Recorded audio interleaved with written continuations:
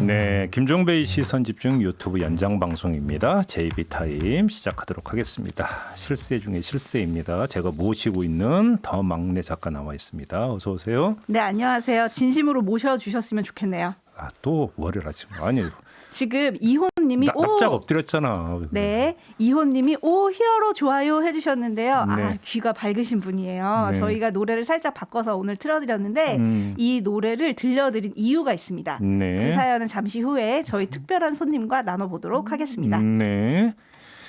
자, 오늘 그러면 어떤 댓글들이 들어왔습니까? 네, 시작하기 전에 강혜숙 님이 시선집중 들으실 때 이런 글을 보내주셨어요. 오늘도 뉴스가 궁금해서 칼 쥐고 생선 손질하면서 이어폰 끼고 듣고 있습니다. 여긴 어시장입니다. 오, 어시장. 네, 이야, 일하시면서 어시장의 저희- 생활터전에서 저희 방송을 들어주시는구나. 네, 아유, 강혜숙 님 감사합니다. 참고로 제가 회라면 사죽을 못 씁니다. 아, 어디신지 아시면 가서 저는 좀 육류보다 어류를 더 좋아합니다.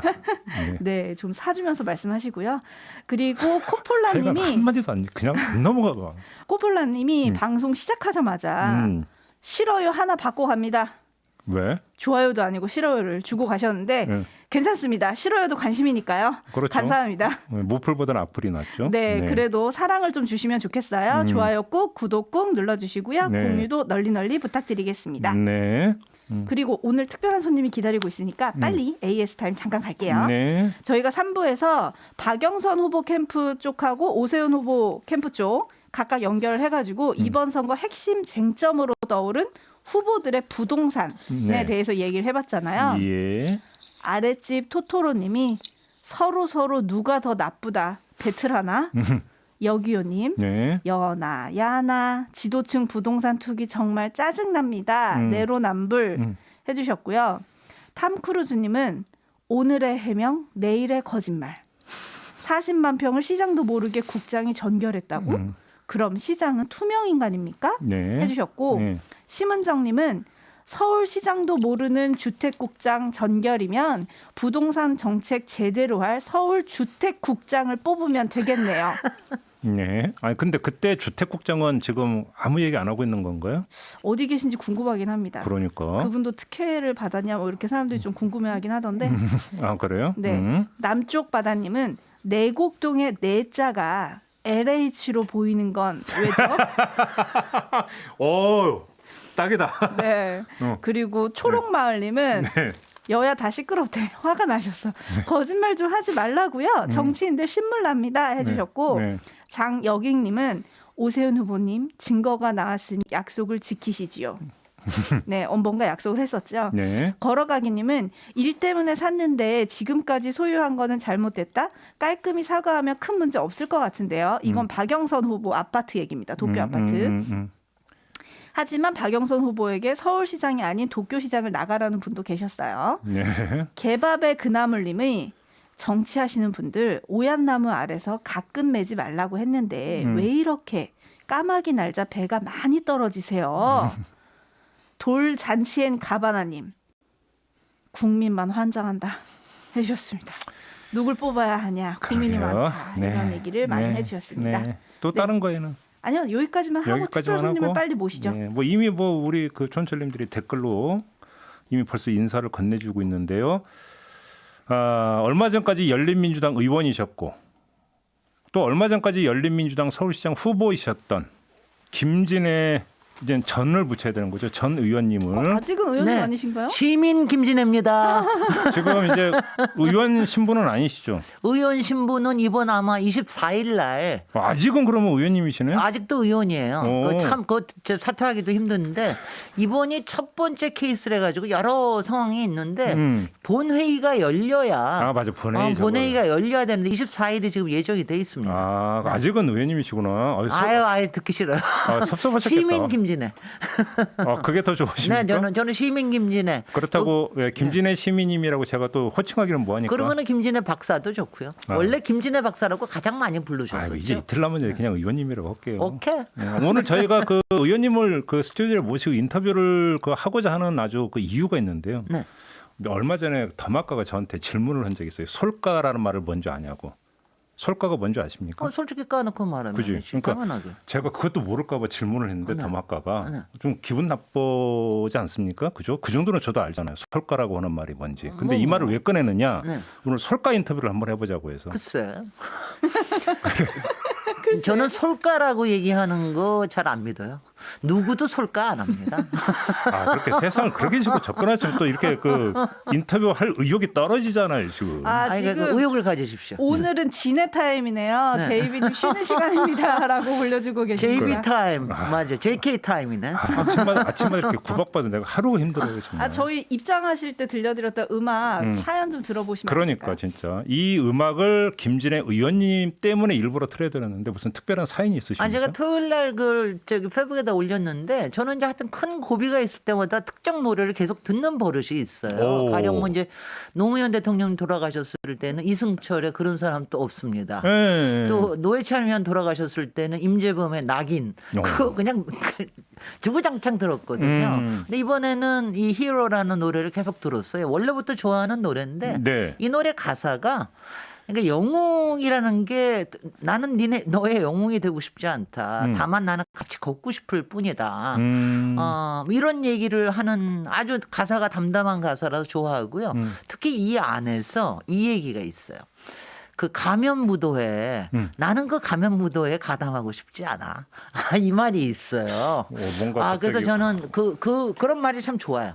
혹시 지금 선거전이 치러지고 있는 걸 가면 무도회로 실제로 평가하시는 그렇습니다. 겁니까? 실제로 그런 뭐 솔직히는 어떤 선거든 이게 이제 가면 무도회가 안 될 수는 없어요. 그런데 이제 그 안에서도 자기 얼굴 가지고 하는 사람이 있고, 그러니까 가면을 쓰고 하고 싶지는 않다.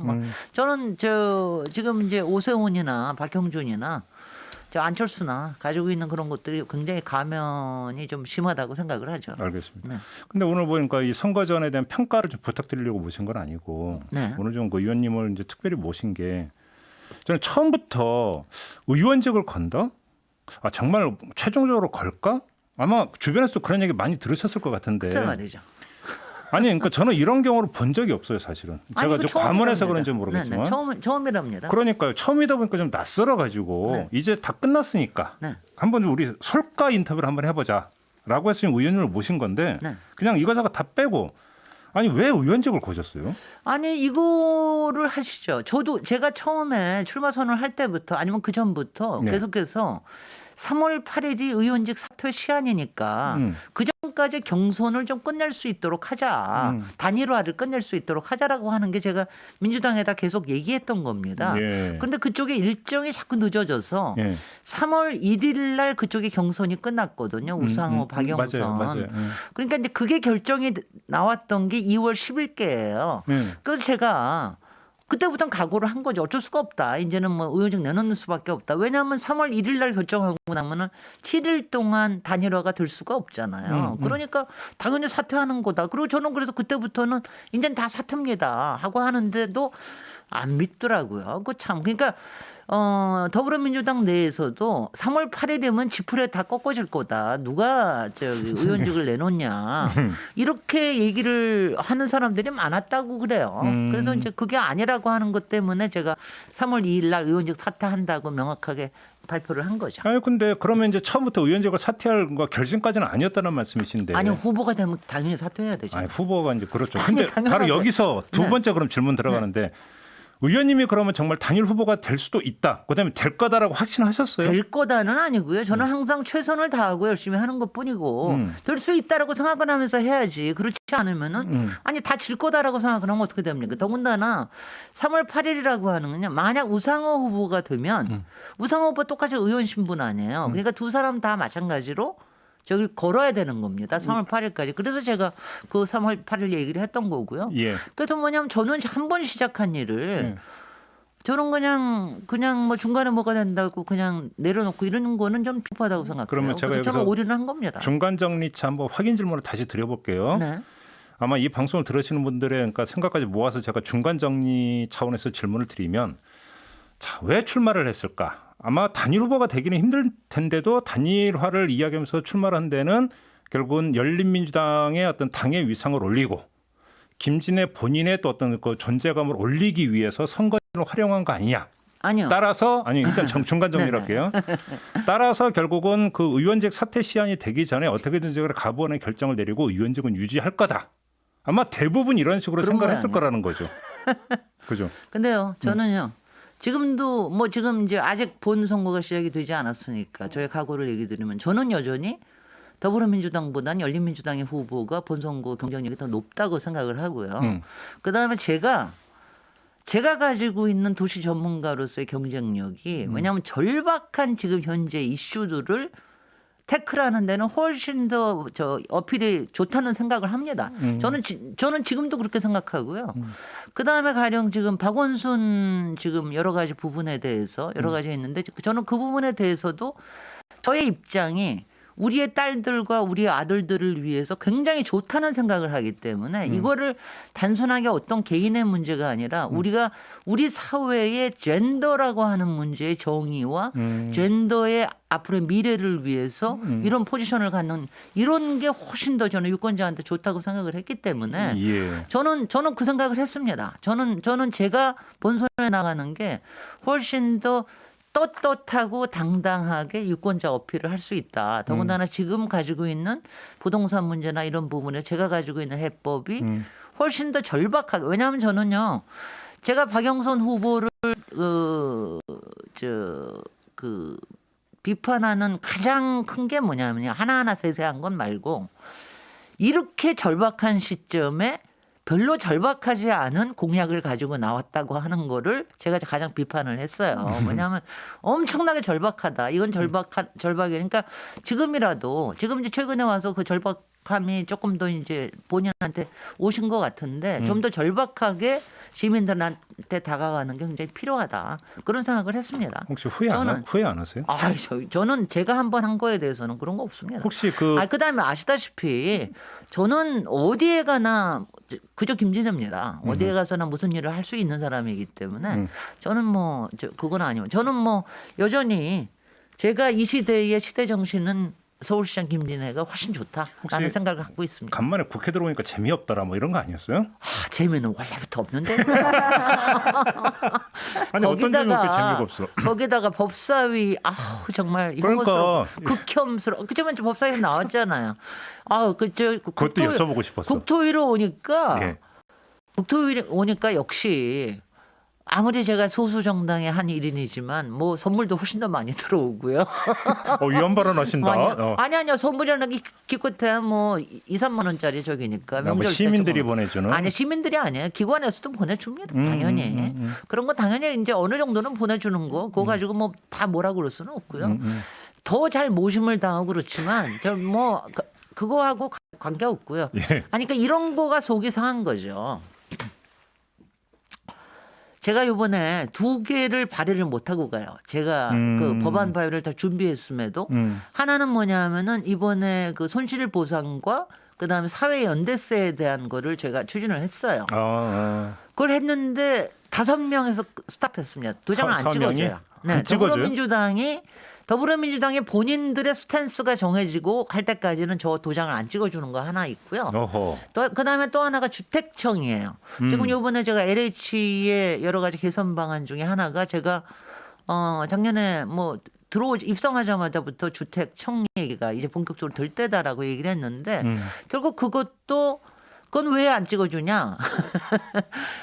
이낙연 대표님이 주택 앞으로 국토교통부를 주택개발부로 바꾸겠다라고 하는 것 이후로는 제가 주택청에 대해서 얘기하는 거에 대해서 관심이 없습니다. 그러다가 이번에 LH 사건이 있으니까 LH 사건이 나니까 이제 주택청에 대한 것도 열심히 고민을 해봐야 되겠다 이런 이제 하는 거고 이런 게 소수 정당의 비애예요. 그러니까 이런 것들은 좀 속상하죠. 그럴 때마다. 그러니까 제가 그동안 법안을 발의하거나 또는 우리 최강욱 대표가 언론개혁법 발의할 때도 언론개혁법 발의한 거예요. 한 2-3달 동안 의원들 하나하나 다 설득해가지고 한 겁니다. 안은 벌써 만들어졌거든요. 그러니까 이런 것들이 정말 국회에서 이 개혁적으로 나간다는 거의 어려움.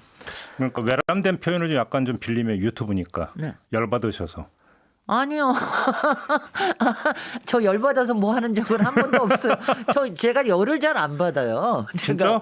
저는 열받는 게 아니라 네. 깔끔하게 얘기를 하는 것 뿐입니다. 직설적으로 지적하시죠. 직설적으로 지적하는 예. 하고 나면 저는 싹 잊어먹어요. 그래서 저는 그렇게 열받는 경우가 잘 없어요. 왜냐하면 아무리 이제 시민 김진애로 돌아간다라고 하면 좋지만 그래도 어떤 활동의 생산성과 파급력을 생각을 하면 물론 그렇죠. 근데 의원직을 유지하는 게 낫잖아요. 아니 근데 그거는 제가 이제 조정은 위원한테 제가 얘기를 드린 거예요. 조정은 위원은 결국 이제 3월 8일 날 사퇴를 안 하고 그대로 단일화하는 거로 해서 했는데 네. 조정은 의원님은 국가적인 과제를 갖고 계세요. 그 뭐 주사일제라든가 이런 거. 그렇죠. 저는 그건 서울시장에서 데리고 나올 이슈가 아니라고 생각을 하는데 그래서 열심히 안에서 계속 얘기하셔가지고 대선에 나오십시오.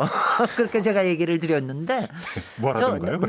네, 저는 아니 뭐냐면 저는 그런 거가 잘 안 되는 거를 보면 왜냐하면 제가 아시다시피 제가 바깥에서도 인플루언서로의 역할은 상당히 있습니다. 항상 그동안도 쭉 그렇게 해왔고 인플루언서 역할을 할 때가 오히려 더 큰 역할을 할 때도 있고 지금 시점에서는 일단은 제가 서울시장이라고 하는 거 올인을 했는데 그게 네. 받아들여지지 않았으니까 예. 또 제가 할 수 있는 인플루언서의 역할을 해도 저는 충분하게 역할을 할 수 있다고 생각을 하죠. 예. 네. 그러면 정말로 의원직까지 던질 각오로 도전했던 서울시장 있잖아요. 네. 그러니까 가장 간절했던 이유, 네. 내가 서울시장이 꼭 돼야만 됐던, 그다음에 되면 꼭 이걸 해야겠다 했던 게 뭐였어요? 아니 이거예요. 저는 제가 여기 나와서도 얘기했지만 오세훈 MB의 오세훈은 MB의 황태자라고 제가 얘기를 했으니까 MB 오세훈의 이른바 거품 개발 이게 이제 한동안 있었고 그다음에 박원순 시장의 9년간의 사람과 복지와 환경과 문화 역사 이런 게 있었는데 이 사이의 균형이 좀 필요해요. 저는 이 사이의 균형을 저는 박원순 시장의 가치도 알고 그다음에 저는 개발의 가치도 아는 사람입니다. 그러니까 개발이라는 게 제대로 돼야 앞으로 갈 수가 있어요. 그런데 이런 게 거품 개발이라든가 허용 개발이라든가 이러면 안 되고 정말 도시를 도시답게 만드는 거로 갈 수 있는 개발. 저는 그 사이에 설 수 있는 사람이 저라고 생각을 했습니다. 그리고 저는 저의 이 가치는 아마 당분간 갈 거예요. 저는 그러니까 이런 가치가 중요하다고 생각을 했기 때문에 저는 네. 이 시대에 가장 좋은 서울시장은 김진애라고 생각을 지금도 합니다. 예. 그러면 예를 들어서 안철수 후보 왜냐하면 같은 후보가 더 이상 안 됐으니까 얘기할 수 있죠. 안철수 후보는 자신이 만약에 시장이 되면 연립정부 구성한다 뭐 이런 얘기 했잖아요. 공동 운영한다. 하거나 말거나 관심도 없어요. 아니 그러니까 큰 포부를 갖고 있으면 박영선 후보하고 단일화 과정 그 얘기도 좀 하시죠 그랬어요. 아니 서울시장 참여 뭐 이런 거. 아니 당연히 했죠. 그래서 혹시 합의 본 게 있어요? 아니 그런 게 없죠. 박영선 후보는 계속 웃으셨어요. 그냥 답변은 안 주고. 계속 웃으셨어요. 계속 웃으셨고 예. 계속 품이 넓은 모습을 보여주시려고 노력을 하셨고 저는 상당히 공격적이었습니다. 네. 토론회에서. 네. 네. 근데 왜냐하면 그래서 어차피 단일화가 됐다면 또 일정한 지분을 갖고 계신 걸로 이제 우리는 정치 그런 거 문법으로는 없습니다. 그렇게 이해를 하잖아요. 그런 건 없습니다. 그래요? 단일화라고 하는 건 무슨 문법이 저거 있기는 아직 정책에 대한 얘기도 한 번도 없으셨고요. 그 민주당에서 정책에 대한 얘기도 없으셨고 아직도 제가 저는 충분히 끝까지 도와드릴 생각입니다. 그러니까 어떤 역할을 주시든 안 주시든. 근데 이제 그런 부분에서 어떻게 민주당에서 어떻게 나올지 박영선 후보 캠프에서 어떻게 나올지는 아직 조금 더 기다려봐야 될 것 그러니까 같습니다. 이제 어떤 도시 전문가로서 이제 그 동안에 어떤 뭐 거의 한 20년 가까이 되는 서울시장을 쭉 보다 보니까 이게 좀 여기서 어떤 조화점을 찾을 수 있겠는데 내가 하면 잘할 수 있을 것 같은데 바로 이게 가장 컸다라는 말씀이시잖아요. 가장 큽니다. 제가. 그렇죠? 저는 그리고 리더십에 있어서도 제가 아시다시피 저는 세계적으로 인정받는 사람이니까 제가 농담으로 그랬어요. 제가 만약 시장에 당선되면 당장 타임즈에서 나올 거다.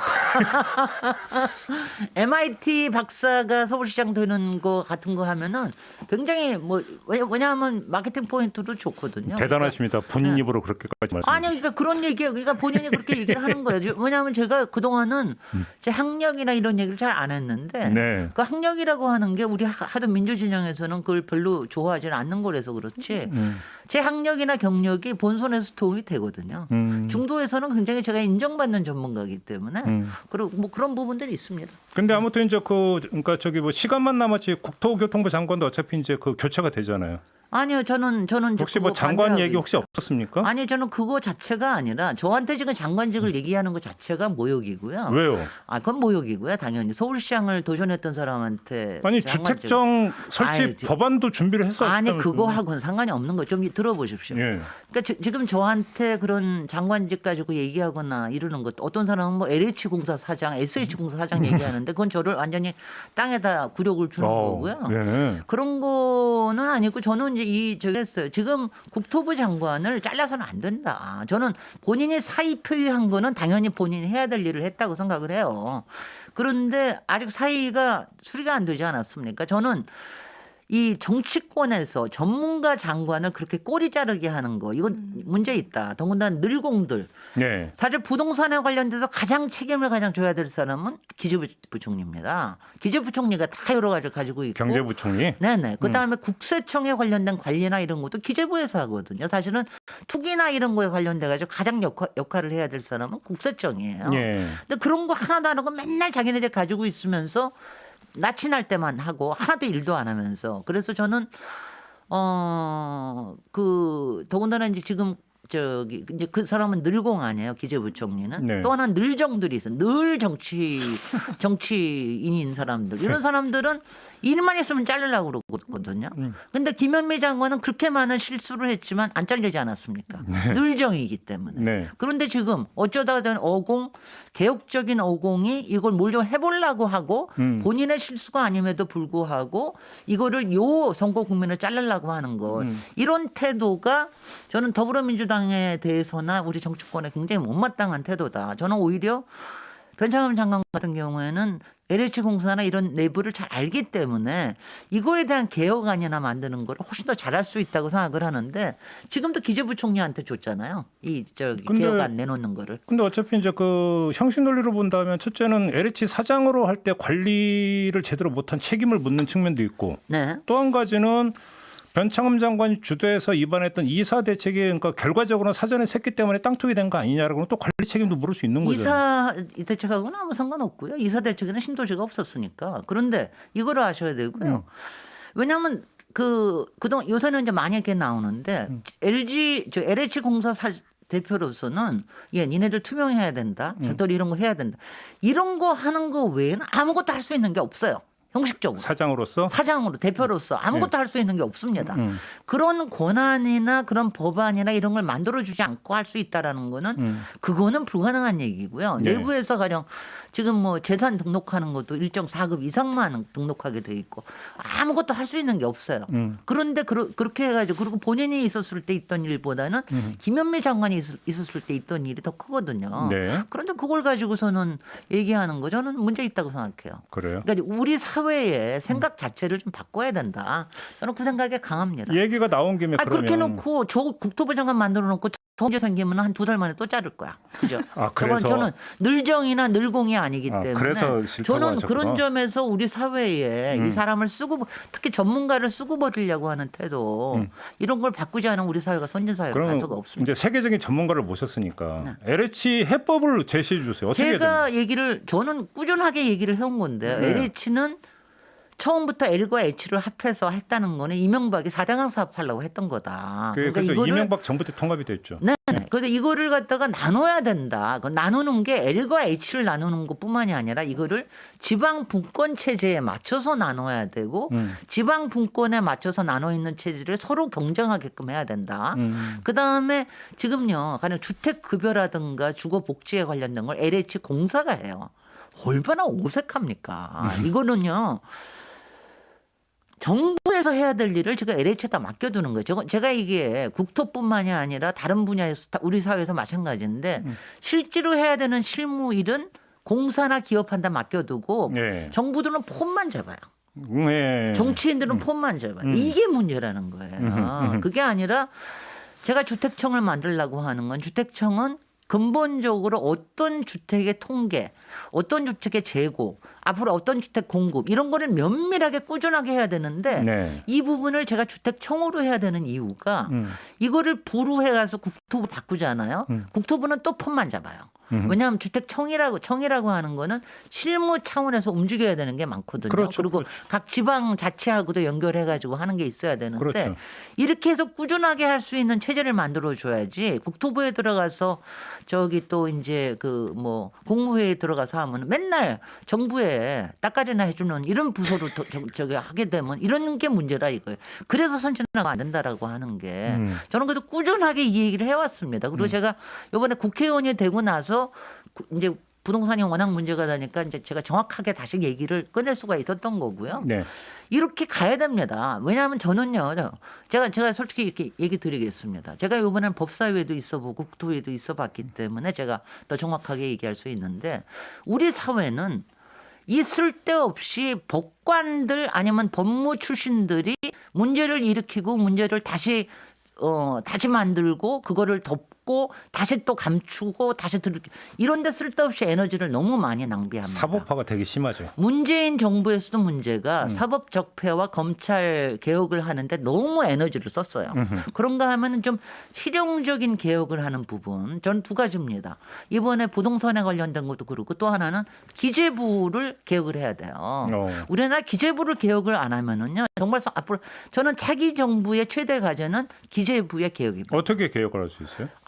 하여튼 지금 잡고 있는 거는요 돈으로 잡고 있고 그렇죠. 자기네들 돈으로 잡고 있고 실제로 부정부패나 이런 것들을 제대로 발본색원할 수 있는 시스템을 안 만드는 거 자기네들의 기득권들이 계속해서 돌게 만드는 거 그다음에 제일 큰 게 지금 이제 재정 건전성 운운하면서 자기네들 기득권만 지키려는 거. 그래서 제가 이제 국회에 있으면은 차기에는 기재회 쪽에 가서 좀 일을 하려고 그랬는데 차기 그 대통령의 제일 과제는 우리나라 경제 부분이죠. 경제 부분에 이 개혁을 하는 게 가장 중요하다고 생각을 합니다. 알겠습니다. 김진애는 이제 미치겠다. 너무 반한다. 네, 제가 생각은 아니 아주 어떻게 좋습니다. 본인 입으로 이런 걸 다 읽어? 저는 이런 거 있어야지. 진짜 뿜뿜 에너지 뿜뿜. 근데 제가 좀 전에 LH 해법을 여쭤봤잖아요. 네네. 지금 답변 주신 건 LH라고는 조직을 어떻게 그러면 개혁할 거냐라는 해법이고 네. 또 하나 LH 땅 투기 사건에 대한 해법을 어떻게 찾아야 된다고 생각하십니까? 땅 투기 사건은요. 이번이 한 번도 아니고 저는 지금도 빙산에 일각일 거라는 생각을 저도 합니다. 그렇게 생각해요. 네. 그것뿐이 아니라 저기 공무원 중에서도 그렇고 SH도 있을 거예요. 그거는 찾아가지고 응징하면 되는 거예요. 찾아서 응징하고 앞으로 찾아서 응징할 수 있는 시스템을 이번에 국회가 화들짝 놀랐으니까 하고 저는 1급 이상만 재산 공개하는 건 문제 있다고 생각해요. 저는 4급 이상 다 공개해야 되고요. 네. 공기업이나 특히 개발에 관련된 이 사람들은 자기네들 부동산 거래는 다 신고제로 가야 됩니다. 그것도 뭐 저도 서울시장 공약에 걸었습니다. 다 신고제로 가겠다. 신고제로 해가지고 가서 왜냐하면 모니터를 할 수 있어야 되거든요. 그렇죠. 계속해서. 그렇죠. 그리고 저는 그러면서도 부동산 감독원 같은 거 만들려고 하는 거 하지 말고 괜히 전 국민의 이 범죄자 보는 거는 하지 말고 국세청이 가장 중요해요. 미국에서도 IRS가 최고거든요. 세금으로 하는 게 확실합니다. 그래서 국세청에 특별한 왜냐하면 거기서는 모든 정보에 다 액세스가 좋기 때문에 거기에서 중요한 한 부분을 만들어서 하더라도 이렇게 하면 되지. 괜히 일 있을 때마다 뭐 새로운 뭐 만들고 뭐 이러면서 할 필요는 없다. 그러니까 정리하면 민간은 그냥 세금으로 때리고 네. 그다음에 어떤 공직자 부분은 더 확실하게 틀어막고 그거는 공직자로 해가지고 확실하게 틀어막아야죠. 확실하게 틀어막고 그러니까 동원할 수 있는 모든 제도는 동원해서 신고자도 도입해서 해야 그렇습니다. 된다. 그래서 딴 생각 못하게 원천적으로 막아야 된다. 그렇습니다. 그렇게 하지 않으면은요 네. 이번에도 뭐 몇 개만 응징을 제대로 해도 네. 앞으로 정신 차릴 겁니다. 알겠습니다. 그리고도 역시 돈 맛이라는 게 이게 보통 일은 아니니까. 의원님 오신 김에 꼭 그러니까 전부터 여쭤보려는데 시간 못 여쭤봤던 거 하나 더. 아까 잠깐 법사위 활동 때 얘기했잖아요. 네. 소감 한 말씀이면 그러니까 이것저것 다 빼고 네. 그냥 그러니까 인간적으로 법사위 활동하니까 이렇더라. 어떤 말씀 주시겠어요? 아니 법사위는 제가 얘기했잖아요. 자기네들의 안에서의 저는 정말 법사위가 우리 사회의 정의를 위해서 이렇게 하는 거지. 맨날 자기네들끼리 내부에서 이너서클 싸움에 너무 집중하는 것 같아서 저는 솔직히 한마디로 얘기하면 극혐입니다. 이너서클? 네. 아니 왜냐하면 그게 이너서클이라는 게 당대당, 정치인들, 그다음에 거기 안에서의 파워 이너서클들, 네. 요것들을 갖기 위해서 끊임없이 서로 간에 누가 헤게모니를 갖느냐의 싸움. 혹시 이런 것도 있던가요? 그러니까 의원님은 비법조인이었잖아요. 네. 법사위원 나는 중에서. 굉장히 비상식적으로 보여요. 왜 이렇게 상식적이지 않는지 난 잘 모르겠어요. 그러면 같은 법사위원인데 여야 말고 네. 법조인 출신과 아닌 사람과 또 이게 있던가요? 난 그건 확실히 있죠. 어떻게 그러니까 했어요? 저는 가령 예컨대 있어서 네. 뭐 임대차 우리나라 상가 임대차 보호법이라든가 이 민생에 관련된 게 법서에 계류되어 있는 게 엄청나게 많아요. 다 고쳐가잖아, 다. 사실은 70%가 그거예요. 그렇죠. 근데 그거는 거의 논의가 잘 안 돼. 쳐다도 안 봐? 쳐다도 안 본다고 하는 거는 뭐 그렇지만 하여튼간에 관심들이 없어요. 네. 맨날 검찰총장이 어떻고 사법이 네, 네, 어쩌고 네, 이 얘기만 하고 누가 어떻게 되고 얘기하는 게 극혐 정말 극혐이에요. 네. 그러니까 그 국토위로 옮기길 정말 잘했다. 아니 그렇지는 않습니다. 뭐 제가 얘기하는 거는 저는 뭐 딱 때 맞춰서 우리 열린민주당의 안건조정위원회에 우리 청강욱 대표가 들어가서 예. 공수처법 개정안을 통과시킬 바로 그 시점에 예. 제가 마침 코로나 자가 격리를 해가지고 사보임을 할 수 있었기 때문에 아주 그것까지 신의 한 수였습니다. 코로나가 도와준 거였습니까? 그렇습니다. 그렇구나. 윤호중 위원장이 그래서 신의 뜻이 그래서 민주당이 사보임을 받아준 거예요. 그래서 그렇습니다. 네. 코로나 때문에 법안 자가격리 처리는 때문에. 일정은 있는데 네. 의원님이 빠지니까 그렇습니다. 이런 또 그 스토리가 있었구나. 그러니까 이런 것들을 하면서 하려고 하니까 열린민주당이 무지무지 힘이 들죠. 그렇지만 가치 있는 일을 예. 하고 있습니다. 그렇구나. 알겠습니다. 그러니까 처음 그 인터뷰 모셨던 걸로 처음으로 돌아가서 만약에 다시 의원을 할 수 있는 기회가 온다면 그거 하시겠어요? 안 하겠어요? 그런 얘기 지금 하시지 말죠. 왜요? 저 지금 가서 짐 싸야 돼요. 짐 조금만 싸면 오늘 짐 조금만 싸면 그러면 돼요. 이제 시민으로서 어떤 활동 하실 건데? 시민으로서는 저는 항상 제가 인플루언서 역할을 합니다. 저작하고 그다음에 방송에 나가고 강연하고 예. 그다음에 가끔 JB 타임도 까고 뭐 이렇게 할 겁니다. 왜 제비타는 왜 까요? 까기는. 더막가는 애정을 보내고 예. 그다음에 감사합니다. 왜냐하면 제가 이번에 네. 솔직히 언론과 그다음에 특히 진보 유튜버들이 얼마나 김진애 패싱을 하든지 제가 이런 거는요. 이거는 제가 내부에서 파워브로커라고 얘기를 했잖아요. 그러니까 더불어민주당의 자장이 겁이 나는 건 저도 알고 있어요. 당연히. 근데 이 부분에 대해서는 저도 이제 이거 선거 끝나고 나면은 왜냐하면 이렇게 해가지고는 우리 시간 더 있는 거예요. 난 끝났는 줄 알았어요. 이건 무제한이야 유튜브라. 그래요? 네. 그러면 천천히 얘기해야 되겠네. 나 정말 저는 지금 막 9시에 끝내야 되는 줄 알고. 네. 그러면은요. 왜냐하면 제가 비읍자 돌림병을 못 참아 한다는 얘기 아시죠? 부정부패, 비리, 부실, 비위 이런 거 싫어하는데 제가 그중에서 또 부당이익 이런 거냐. 제가 부당하고 불이한 거를 못 참아 합니다. 네. 근데 저는 이번에 의도적으로 열린민주당에 대해서 밟고 김진애 후보를 갖다가 패싱한 수없는 언론들과 그 진보 유튜브 그다음에 여러 가지를 그렇게 하는 거예요. 저는 그런 거 보고 파워브로커라고 얘기를 하거든요. 네. 그러니까 그런 파워브로커는 저는 부당하다고 생각을 해서 그 부분에 대해서 선거 끝나고 나면 제대로 할 겁니다. 뭐 시선 집중 제비타임은 아니죠? 아니 제비타임은 제가 처음 나와 보니까 모르겠는데 앞에 뭐였죠? 시선 집중은 좀 그런 게 없지 않아 앞에 있었어요. 뭐라고 이렇게 질문하시면 어떡해요 지금 얼마나 많이 나왔는데 그동안 섭섭하게. 이제부터 재밌대. 재밌다 그러니까 이제 1시간 갑시다. 지금 제가 정말 파워브로커 짓을 싫어해요. 제가 뭐냐면 싫어하는 것들이 꽤 많은데 네. 그런 거를 싫어요. 왜냐하면 파워브로커라는 게 뭐냐면 본인이 공직자에 나가지 않으면서 자기가 선거에 나가지 않으면서 그 뒤에 있는 거를 선거 파워를 조작을 해가지고 자기는 거기서 이익을 따먹는 행위를 파워브로커라고 그러거든요. 그런 게 우리 사회의 비읍자 돌림병을 만드는데 저는 이런 부분들에 대해서 제가 제대로 저는 이거는 제대로 좀 왜냐하면 드러내야 된다고 생각해요. 그리고 그런 데서 자유롭게 만드는 게 굉장히 중요하고요.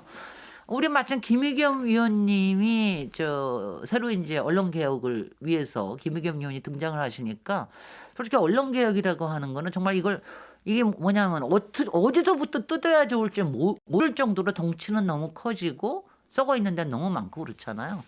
그래서 이런 부분에 대해서 나름대로 하겠습니다. 근데 오늘 김정배만 빼고. 오늘 컨셉이 설까니까 네. 그 김의겸 이제 그 예비 의원, 네. 예정 의원 네. 얘기 잠깐 하면 이것도 좀 제가 질문 드릴게요. 예비 의원 저는 요새는 그냥 의원이라고 불러요. 아무튼 네. 근데 그 지금 LH 땅 투기 사건이 일파만파로 커지고 있는 상황에서 며칠 뒤에 김의겸 의원께서 선서를 하시게 될 텐데 그러면 또 흑수동 그 투기 문제가 다시 불거지지 않겠습니까? 그게 왜 투기입니까? 아니, 말도 안 아무튼. 되는 소리를. 그럼 말씀 좀 해주세요. 어떻게 말씀 주세요? 아니 그거는 이미 더불어민주당에서 클리어를 해줬어요. 그러니까 더불어민주당에서 진성준 의원이 그때 이거는 투기가 아니다. 다만 저도 요번에 조금 더 사정을 내부를 들여다봤는데 아니 그래도 저는 아니 무주택자가 자기 집을 하나 하기 위해서 집을 사는 게 왜 문제가 되냐 그 항상 이상하게 생각을 했는데 다만 25억쯤 냈는데 그중에서 10억을 대출을 받았더라고요. 그러니까 네. 10억 대출을 받은 거에 대해서는 좀 많이 받긴 받았다. 근데 이번에 보니까 네. 아니 박형준이도 12억인가 받았더라고. 요새 10억 정도 대출 안 받는 사람이 어디 있습니까? 근데 그거를 왜 청와대 대변인이라고 그래서 그거를 투기로 모느냐. 저는 말도 안 된다고 생각을 하고요. 네. 그래서 그 부분에 왜냐하면 이제 도덕적인 책임을 진 거죠. 당시로서는 부동산에 대해서 여러 가지 문재인 정부에서 여러 가지가 경계를 하니까 그래서 본인이 거기에서 나오면서 자기가 그걸 팔아가지고 한 8억 정도가 시세 차익이 났는데 그 중에 시세 차익이 난 부분은 이제 모든 세금 정산하고 나서 나머지는 기부하겠다. 그거 다 했습니다. 그래서 한 8억 다 정도가 끝냈어요? 나왔는데 한 4억 정도를 세금으로 냈고요. 4억 정도는 장학재단에다가 기부까지 다 끝냈습니다. 그거 기부 끝낸 끝났어요? 게 벌써 1년 반 전이에요. 그런데 여전히 투기 하는 거예요. 김종배 이름 입 앞에서 투기 나오는 거는 말도 투기 얘기하시려고 그러면은 투기 의혹? 그럼 박형준. 그다음에 특혜 의혹? 그러면은 오세훈 이러고 나오셔야지. 아유, 무서워서 질문을 못하겠어. 무서워서. 아니 그러면 무서워서가 아니라 저는 사실에 근거해서 얘기를 그러면 하는 거예요. 네. 아무튼 이야기 나온 김에 하나만 더 여쭤볼게요. 그때 네. 나왔던 이제 그 정치권이나 언론계 일각에서 제기했던 문제가 네.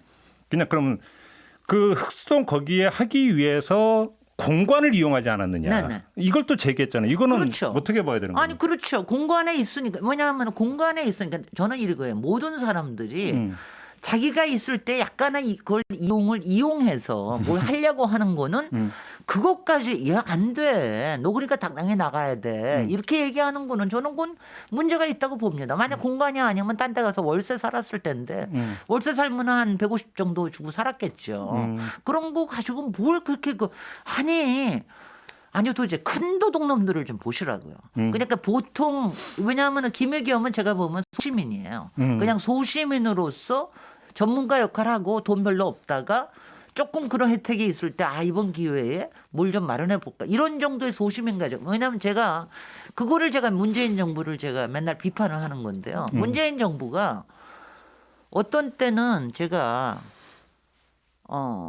별로 지나칠 정도의 윤리적인 관념이나 도덕주의가 오히려 문재인 정부 자신을 더 갉아먹는다. 제가 그 얘기를 많이 해요. 예. 가령 예컨대 1가구 1주택에 관련된 거 제가 굉장히 많이 그러니까 제가 주택 팔아라? 공개적으로 제가 비판을 했어요. 네. 제가 뭐냐면은 우리 자본주의 사회에서는 우리 지금도 61%가 저기인데 대개 어떤 자본주의 사회에서도 1가구 주택 보급률이 65%가 넘는 게 없어요. 나머지 35%, 40%는 항상 민간에서 여러 가지를 보급을 해줍니다. 이게 시장의 부분이면 1가구 1주택이 아닐 수가 많단 말이죠. 그걸 가지고 왜 무슨 상속받은 거 가지고 팔아라. 부부가 따로 산다고 하는 거 팔아라. 부모님이 사신다고 하는데 그것도 팔아라. 이런 거는 참 어리석은 도덕적 관념이다. 저는 이렇게 생각을 하지요. 그래서 이제 제가 그런 것들을 비판했고요. 그러니까 문재인 정부의 지나친 도덕주의가 스스로의 왜냐하면 지금 보십시오. 조정동이나 딴 데서 비판할 때 김의겸 가지고 비판하지 박덕흠 가지고 비판 안 하잖아요. 전복민 가지고 비판 안 하잖아요. 박덕흠이 고가 주택에 4개의 주택을 가지고 있더라도 비판 안 하잖아요. 그 사람은 원래 그렇게 썩은 사람. 이렇게 얘기하고 김의겸은 조그만 거 하나 가지고 얘기를 하는 거 아니에요. 그러니까 이런 게 참 어리석은 일이라는 얘기죠. 그러니까 뭐 지금도 박영선 의원 뭐 도쿄에 주택 가지고 있는 거 아니 부부가 따로 살고 있어서 그 집을 사고 저는 이번에 판 것도 뭐 그래도 아니 거기서 계속 일하면 갖고 있으면 되지 왜 그런 게 도덕적인 잣대가 돼야 됩니까? 저는 이런 부분이 문재인 정부가 쓸데없이 적을 키운 거다. 그리고 스스로 자초한 거다. 이런 얘기를 합니다. 또 이제 그만 가야 돼. 저 문재인 정부 엄청나게 비판할 수 있어요. 알겠습니다. 그러면 이제 시민이 되면 더 많이 비판할 수 있겠네요. 왜냐하면 제가 이번에 서울시장 후보로서도 제가 굉장히 경쟁력이 더 있다고 제가 얘기를 한 게 저는 문재인 정부의 부동산 정책에 잘못된 점, 박원순 시장의 이 그 개발에 대한 주저감 이런 거에 대해서도 그동안 꾸준하게 비판해 왔거든요. 그러니까 제가 오히려 그렇게 비판한 사람으로 잘할 수 있다라고 얘기를 하려고 그랬는데 더불어민주당 후보는 그거를 업보를 안고 가야 되니까 그러니까 그런 문제가 있는 거죠. 알겠습니다. 네네. 자 이제 더마카 뭐 댓글 엄청 달렸죠? 네, 엄청 달렸습니다. 바블님이 진해 의원님 의원직 없어지시면 JB 타임 DJ로 나오세요. 아 여기 자르고 가야크님, 가야크님. 뭐 이렇게 곳곳이 적이야 이렇게 월요일 진짜. 김진 에너지와 함께 코너 신설되나요? 잠깐만. 근데 더마카는 그 댓글만 픽해서 지금 소개하는 저희가 뭔데? 네? 아니 그냥 그 재밌으니까요. 저희가 뭔데? 재밌으니까 있는 거예요. 그죠? 선택적 소개잖아요 지금 저거. 자, 그다음에 황인성 포테이토님이 오전 반차 내고 아까 일어났는데 극혐해서 잠이 싹 깼습니다. 오늘 하루님, 김종배님 힘내세요. 오늘 제이비가 입을 못 댄다고 많은 분들이 위로를 해주셨고요. 꼭 행복해져님은 찐언니 하고 하트를 5개 보내주셨고요. 니콜 키드키드님은 김진의 여장보다 베르 잡채님은 어머 전문가가 귀엽고 난리. 베르 잡채님은 사심 있는 제 팬이야. 아 그렇구나. 따라다니시는 분입니까? 그런 사람이에요. 스토커들이 몇 분 계세요. 근데 아주 애정과 아. 관심이 있는 그런 적이죠. 그랬군요. 커피체리님은 상식적인 김진애가 특이하게 보이는 정치판이 얼마나 비정상적인지 반증해 주셨어요. 아니 저는요 정말 그 말씀에 저는 좋아하는. 저는 그냥 굉장히 상식적인 사람이에요. 그러니까 상식적인데 조금 더 그거를 전문 지식으로 약간만 포장할 뿐이지. 그러니까 제가 아까 1가구 1주택에 관련된 그런 문제라든가 그다음에 왜 검찰청은 검찰총장이냐 그런 거라든가 왜 검찰청은 외청인데 보고 안 하냐 왜 법관이 뭐길래 왜 얘네들은 저걸 짓고도 계속해서 10년을 보장받는 이런 게 상식이거든요. 그러니까 상식의 얘기를 할 수 있는 게 굉장히 중요하고요. 저는 그러니까 우리 사회에서 지금도 마찬가지인데 그러니까 너무 여러 가지를 한 편이 이게 다 옳다라고 그래서 하는 거 나머지는 다 적으로 보거나 이러는 것보다도 세상이 어떻게 돌아가는 거에 대한 거로 해서 우리가 탐욕은 막되 그리고 탐욕이나 부정은 확실하게 막되 일반 사람들이 자신들의 욕구를 위해서 자신의 희망을 위해서 하는 여러 가지들은 이렇게 격려해 줄 수 있는 이런 게 제일 중요하다는 생각합니다. 저는 굉장히 상식적인 사람입니다. 네, 그렇습니다. 네. 그다음에 이건 질문인데요, 의원님 다 듣고 얘기해 주세요. 민초의 꿈샤님이 내년 서울시장의 범여권 단일 후보는 김진애, 잡벅 위인님도 의미 없는 1년보단 가능한 4년을 바라보는 기대감으로 내년 지선에서 김진애를 여권 단일 후보로 발전하는 창의적인 서울을 만들어 주세요. 기다리고 있겠습니다. 역시 자, 내년에 도전하십니까? 우리 촌철님들이 수준이 높아. 딱 이 질문이거든. 네. 내년에 딱 이 질문. 도전하십니까? 아니 저는 말이죠. 저는 인생은 모든 게 오픈돼 있지만 미리 딱 결정해 놓고 하는 사람은 아니고요. 저는 항상 시나리오를 씁니다. 여러 시나리오를 쓰고 그 시나리오 중에 어디에 맞으면 하는 겁니다. 제가 요번에 서울시장에 도전할 거라는 생각은 안 했어요. 전혀 안 처음에? 했는데 전혀 안 하다가 한 9월 정도부터 다시 이제 생각을 하게 된 건데 이런 겁니다. 저는요 지금 제가 이거 한 가지는 확실하게 약속을 드려요. 제가 이번에 선거운동하면서 알쓸 서울 속으로를 했거든요. 제가 현장에 다니면서 계속 사람들 만나는 거. 제가 워낙 잡학 박사 아닙니까? 알쓸 잡학 박사죠. 그래서 제가 그거는 계속해서 하겠다. 여러분도 그러다 보면 여러분들 많이 만나시고 그럴 테니까 그러다가 어떻게 될지는 두고 봐야죠. 일단은 박영선 후보 당선을 위해서 앞으로 4월 7일까지 4월 7일까지는 열심히 좀 하고요. 그러니까 이렇게 정리합시다. 안 한다고는 안 했다. 네. 그죠? 그럼요. 저는 그런 거 없습니다. 그렇죠. 이러다가 대통령 나갈지도 몰라요. 그러니까 모르는 일입니다. 그렇지, 세상에. 뭐. 원내님이 그렇지, 대통령 누가 하셔야 알겠어? 된다고 있었는데 근데 의원님이 앞에 얘기하시면서 나한테 장관직을 얘기하는 건 모욕이라고 하셨잖아요. 근데 많은 분들이 이런 얘기를 하셨어요. HWC님은 누나 국토부 비리 다 잡아 없애야지. 이걸 아셔야 되는 게 제가 지금 국토부 장관 간다고 국토부 비리 다 잡을 수가 없어요. 시스템 자체가. 저는요. 제가 사실은 이번에도 기재부총리한테 이번 달 말까지 안을 내놓으라고 그랬잖아요. 말도 안 되는 얘기예요. 저는 그런 게 싫어 정말.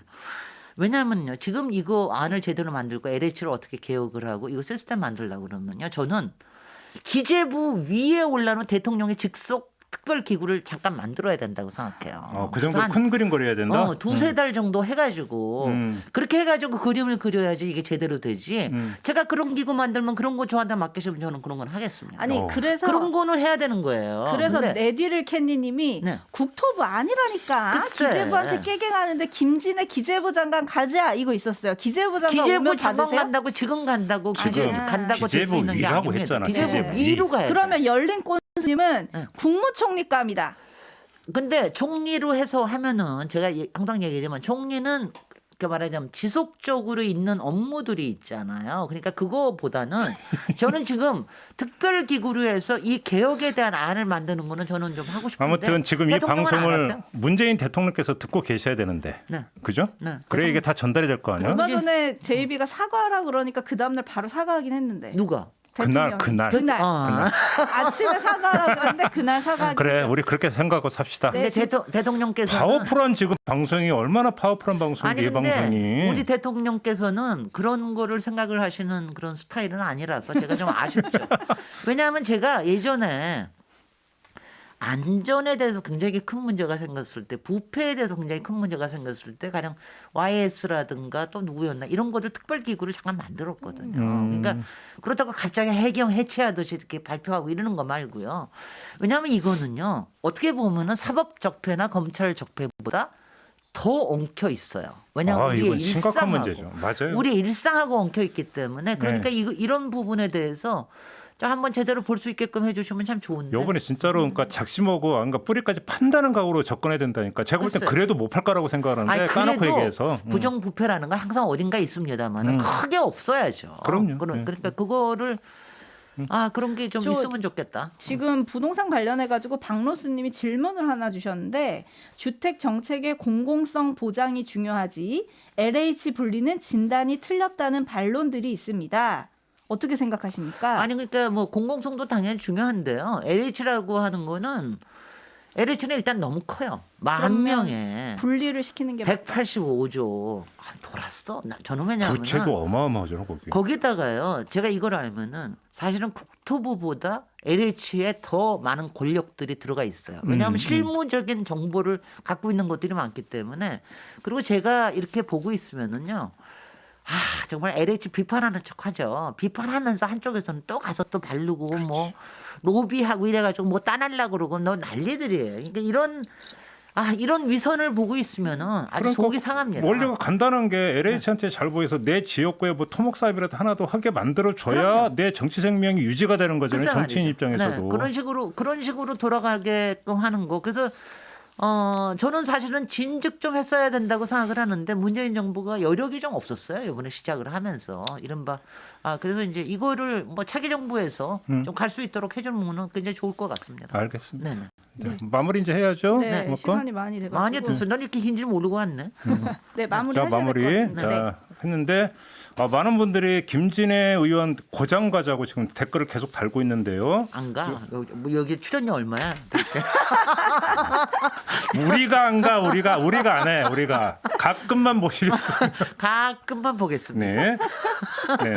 이틀 뒤면 시민으로 돌아간 김진애 현 의원과 인터뷰했습니다. 어떻게 오늘 유쾌하셨습니까? 네, 좋습니다. 여쭤볼 네네. 거 반도 못 여쭤봤네. 네. 더 파고 들었어야 되는데 뭔가 네네. 비하인드가 있을 것 같은데. 오늘 비하인드 제이비 많죠. 휴가냐 이런 의견도 있었습니다. 네네. 오늘 제이비 휴가냐. 그러니까 비하인드 더 캤어야 되는데. 자, 2부를 그러니까 2탄을 그러니까 예고를 하면서 오늘은 여기서 마무리하죠. 고맙습니다, 의원님. 네, 고맙습니다. 고생하셨습니다. 즐거웠습니다. 더마카도 수고하셨고요. 네. 네, 저도 함께 물러가겠습니다. 고맙습니다. 네. 저는 또 막 일찍 끝나려고 막.